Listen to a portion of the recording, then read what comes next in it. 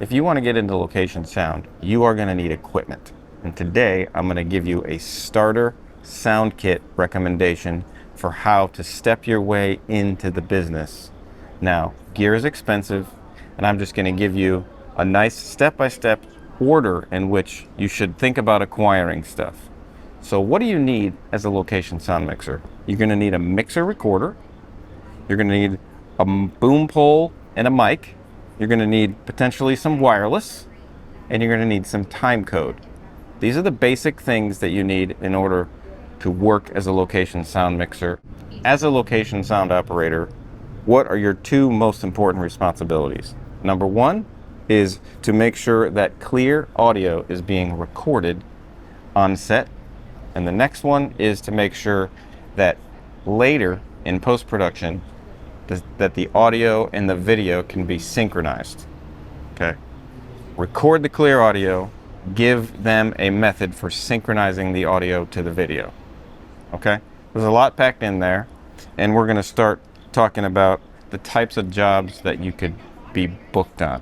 You could be booked on documentary, narrative, corporate, live events, live broadcasting and streaming, spots, ads, podcasts. There's a lot of ways to work in this industry, and there's a lot of specific pieces of gear that you would need in order to do these different types of jobs. So yes, it does depend a little bit on the type of work that you're going to do, on what you're going to acquire, but there are some commonalities and there are some base level things that you need to make sure you have figured out no matter which medium you're working in. I'm going to recommend that you just find a friend that's already shooting video, which you probably have one. Okay, think who that is, and then just say, hey, I want to start running audio on your jobs. Okay, so this kit here that I'm going to talk about at the beginning is just going to help you get started for doing just that. I am a Sound Devices user, so that's why I'm going to recommend Sound Devices.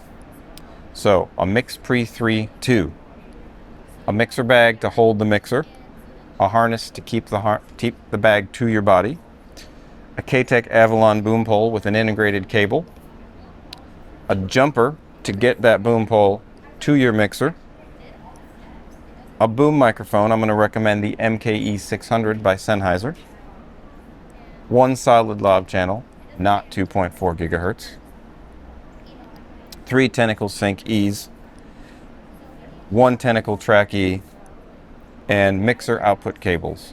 Now the mixer output cables you're going to need are going to be for the cameras that you know you're going to work with. So that friend who's a DP, well, what cameras does he have, or she? What cameras do they have? Get the cables for that. Same with the time code. Make sure you have the cables that you need to work with the cameras that you know you're going to work with right away. Okay. So if you have a friend that uses Sony, well, you're going to get Sony USB timecode cables. If you have a friend that uses Canon, well, you're going to get the cables you need to get into Canon. Follow what I'm saying here. You can look at my other videos and see that I have a lot of timecode cables. Well, you don't need to buy all those to get started. You need to buy the cables that you're going to need to integrate with the cameras that you're going to work with. That's all you need to get started. Okay? If you have to trim down from this, like if all of this is a little bit too much, then I'm going to say stop right before timecode and don't worry about timecode in this first round. Okay? Instead, focus on getting audio into the camera directly. Okay? Because as the audio person, your job is to make sure that that synchronization process in post is smooth. Okay? And if you're not going to bring timecode on board, just make sure you have the cables that you need to run your mixer straight into the cameras that you're going to work with, because that is perfectly acceptable. Embed the audio in the camera. DPs and camera operators love timecode and they hate wires. Okay? So I can't overstate enough that you need to understand timecode. You need to bring it into your kit as soon as possible. You need to wrap your head around it. You need to watch tutorials. You need to do some testing. You need to learn how it works, because that is one of the keys to having a successful career in location sound is understanding time code. If you had to really trim it down, I would go with a MixPre-3 II, a mixer bag, a harness, a boom pole, a microphone, one solid lav channel to get you started with the output cables that you need to get to the camera. And then if you're going to be adding things in, the first thing I would add in is some Tentacle equipment. The reason for the Tentacle Sync E's are because you can use those to send timecode to your mixer and then timecode to cameras. And the reason for the Tentacle Track E is that it is a very good audio recorder. It's a very good audio recorder that you can use as a backup or even a primary for a lav, right? Because if your wireless is not behaving, then maybe you can use a Track E instead. Now, when we talk about lavs, I'm going to always recommend that you start in UHF.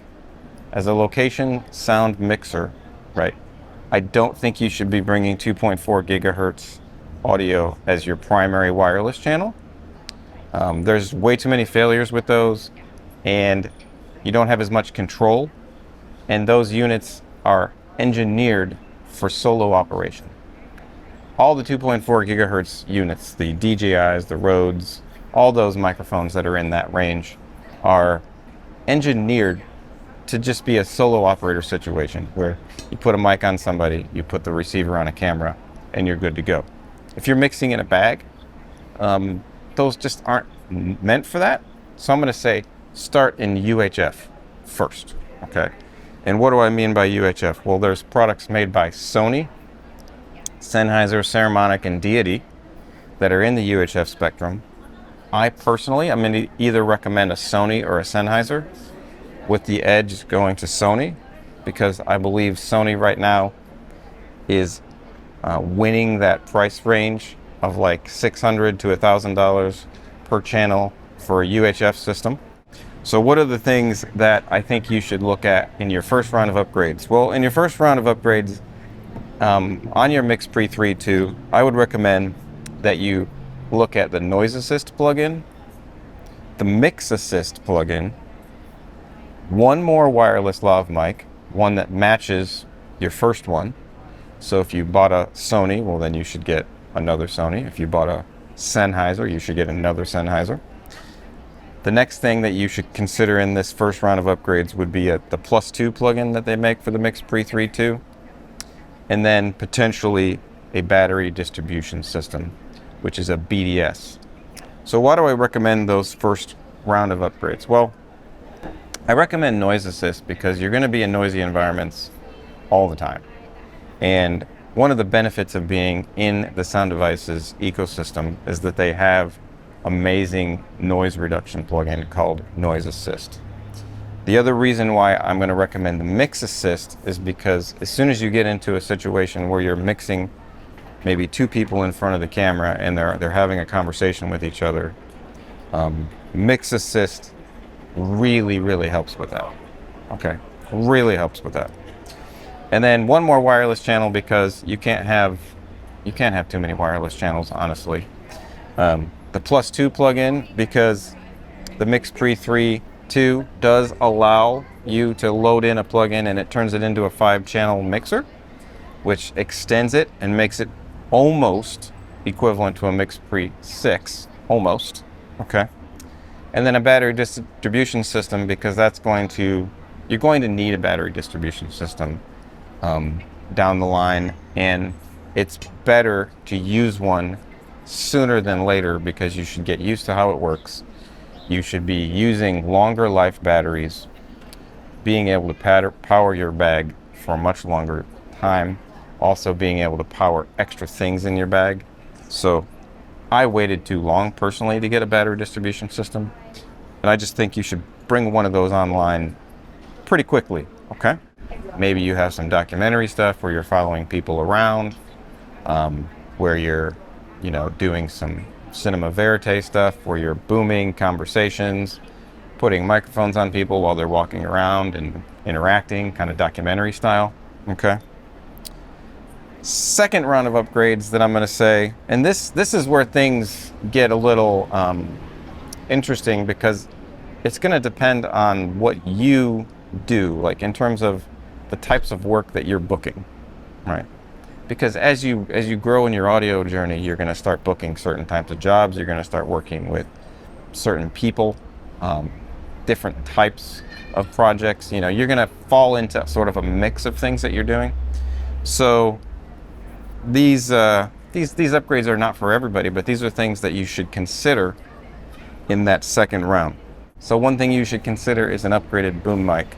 I recommend the Sennheiser MKE 600 to get you started, but in this case, I would say an upgraded boom mic is going to help you. So a Sennheiser CS3E, a Sennheiser 416, something in that $1,000 and up range. It's just going to increase the quality of what you're able to capture with the boom mic. Potentially an upgraded boom pole, a boom pole that's longer, that's carbon fiber, that's just going to have more options to it, more lav channels. And this is again dependent on the type of work you're getting, but I currently have 4 Wizicom lav channels and 4 Sennheiser lav channels, so 8 total. And I'm regularly using 4, 5, and 6 of those. So more lav channels, okay? More Tentacle boxes. So if you find yourself on shoots that have more cameras, you should get more Tentacle Sync boxes. You should consider upgrading your lav capsules.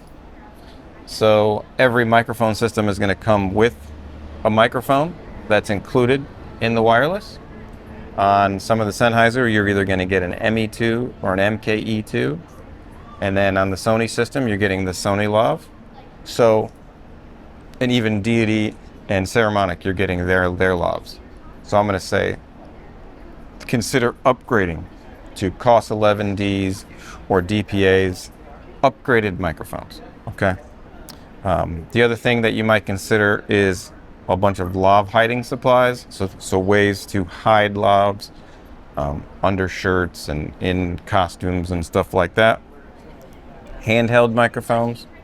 If you're doing a lot of live broadcasting, you're going to have to get handheld microphones for people to use for like sports, ESPN, Fox Sports, all that kind of stuff.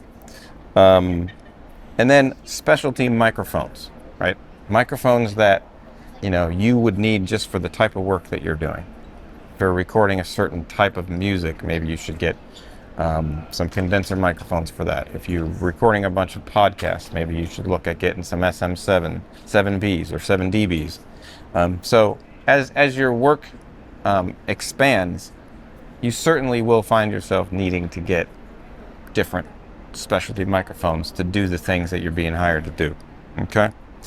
And then some of the things that you might want to do long term, so these are things that you should be planning on, you know, 2, 3, 4 years into the future, is an upgraded mixer with more channels, longer range, and more high-end wireless, IFB systems for in-ear transmission, additional boom poles, a time code slate, a wider range of cables and connectors and all sorts of things, long range audio snakes, stuff like that. So the goal here with gear acquisition is to only really acquire the things that you're going to need to book the jobs that you're booking.